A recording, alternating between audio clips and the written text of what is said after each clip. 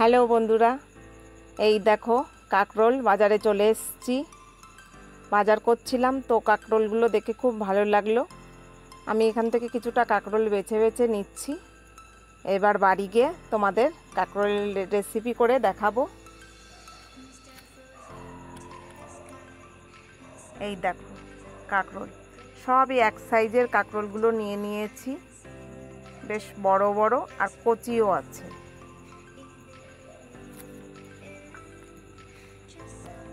এবারে প্রথমে আমি কাঁকরোলটা ছুলে নেব।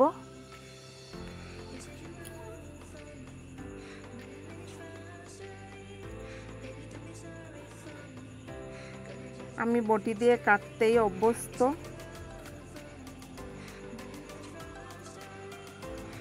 এত কচি, খুব সুন্দর কচি কাঁকরোলগুলো।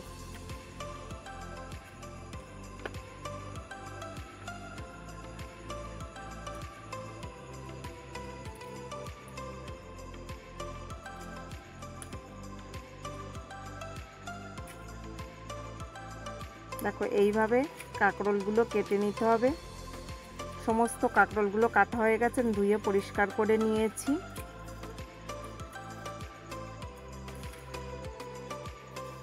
এবার মাঝখানে ফালি করে নিতে হবে। এবার ছুরির সাহায্যে এটাকে, এই যে কাঁকরোলের বীজটাকে বের করে নেব।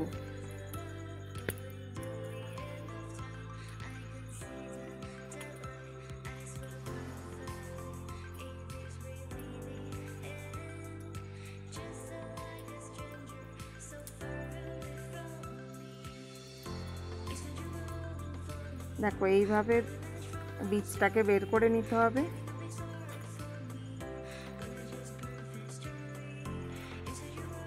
তবে বলো তো, ছুরির থেকে না এই যে চামচে খুব সুন্দর হচ্ছে। আর তাছাড়া আমার ছুরিতে না খুব ভয় করছে, কারণ সপ্তাহখানেক আগে হাত কেটে গেছে। ছুরিতেই চামচ দিয়ে করতে খুব সুবিধা হচ্ছে, তাড়াতাড়িও হচ্ছে।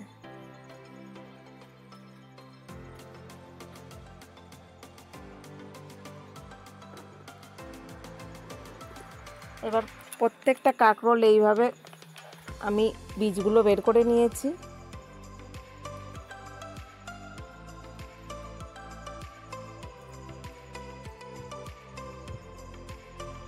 দেখো সুন্দর করে পরিষ্কার করে নিয়েছি। এবার বীজগুলো আমি নিয়ে নেব।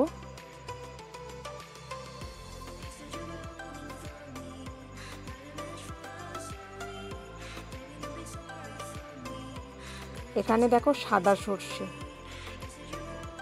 বা হলুদ সর্ষে বলতে পারো, কাঁচা লঙ্কা আছে, রসুন আছে। আমি সর্ষেটা 10 মিনিট ভিজিয়ে রাখবো।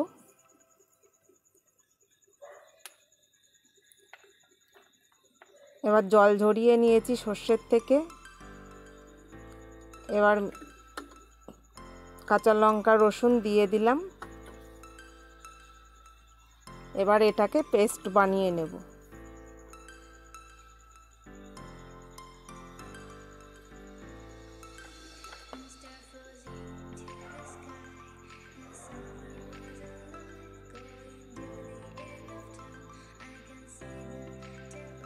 দেখো সুন্দর পেস্ট হয়ে গেছে।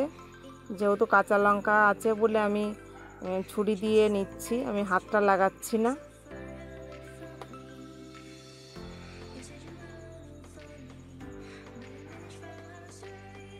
একসঙ্গেও দেওয়া যেত এই পটলের বীজটাও, কিন্তু কি বলো তো, বীজটা না বেশি বাটা হয়ে যেত, আর সর্ষেটা ঠিক বাটা হতো না। তার জন্য আমি আলাদা করেই বেটে নিচ্ছি। এবার কড়াইতে তেল দিয়ে দিয়েছি। প্রথমে কালো জিরে দিলাম।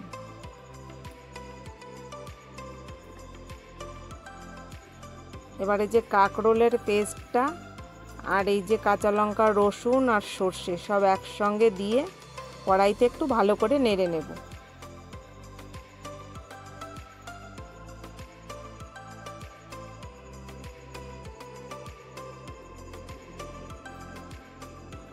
একটু হালকা করে নেড়ে নিতে হবে।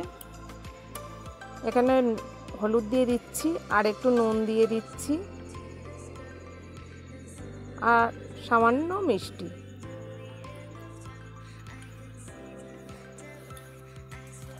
এবার হালকা করে নেড়ে নিতে হবে, কারণ যে জলটা না, কাঁকরোলের যে জলটা ছিল বা সর্ষে বাটার পরে যে জলটা, ওটা একটু টেনে নেবে, সেইভাবেই করতে হবে।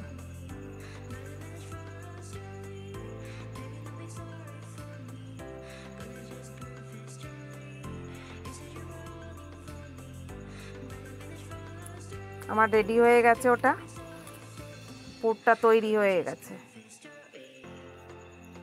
উফ, আঙুল দিয়ে আগে একটু চেটে নিলাম, দুর্দান্ত খেতে হয়েছে।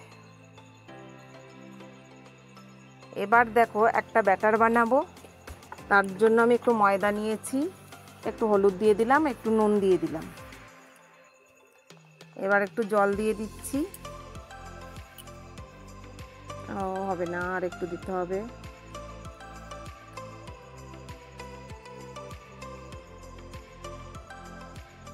এতেও হচ্ছে না, আর একটু দিয়ে দিচ্ছি। এবার ভালো করে চামচ দিয়ে ফেটিয়ে নেব ব্যাটারটাকে।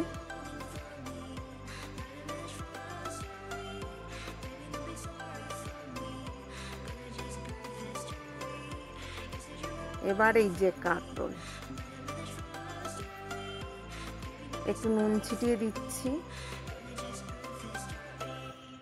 হাতে করেই দিলাম, কারণ আমি হাতে করে মাখবো। আর একটু হলুদ ছিটিয়ে দিচ্ছি। এখানে হলুদ না দিলেও চলতো, কিন্তু আমার মনে হয় একটু হলুদ দিলে দেখতে সুন্দর লাগবে, সেই কারণে একটু হলুদ দিয়ে দিলাম।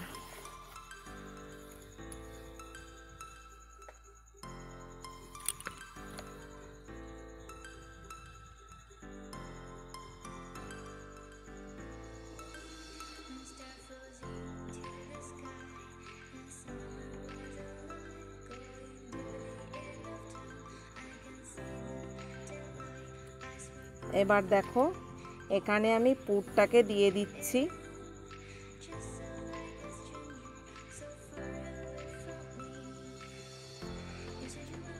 আর এই যে ওপর থেকে একটু ব্যাটার দিয়ে দিচ্ছি। তোমাদের প্রথমে আমি একটা করে দেখাচ্ছি, ঠিক এইভাবে করতে হবে।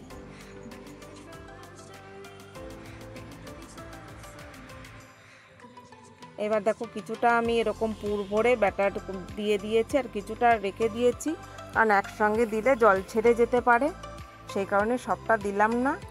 এবার কড়াইতে তেল দিয়ে দিয়েছি, সর্ষের তেল দিয়েছি এখানে।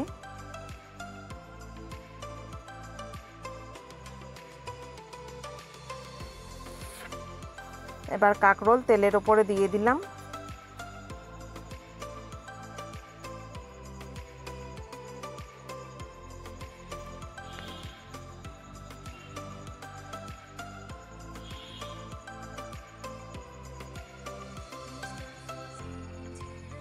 এবার এটাকে নিভু আছে চাপা দিয়ে দিয়ে ভাজতে হবে।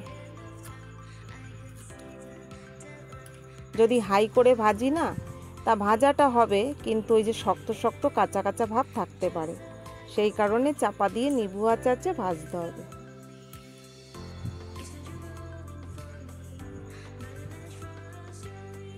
এবার দেখো, আমার সুন্দর এটা ভাজা হয়ে গেছে কাঁকরোলটা।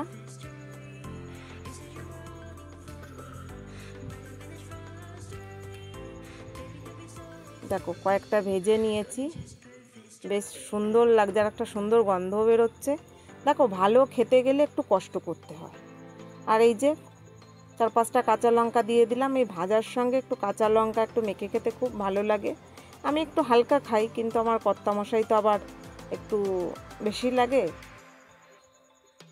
ওই জন্য ভাজা করছি।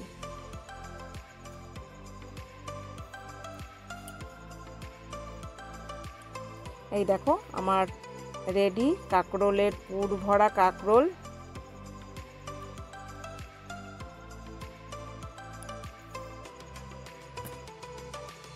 তো বন্ধুরা, ভিডিওটা ভালো লাগলে লাইক কমেন্ট শেয়ার সাবস্ক্রাইব করে দিও, আর ফেসবুক পেজটাকে ফলো করে দিও। আর যারা সাবস্ক্রাইব করেছো তাদের জন্য অসংখ্য ধন্যবাদ। আর যারা এখনও পর্যন্ত করোনি তারা চ্যানেলটাকে সাবস্ক্রাইব করে দাও আর ফেসবুক পেজটাকে ফলো করে দিও। ধন্যবাদ।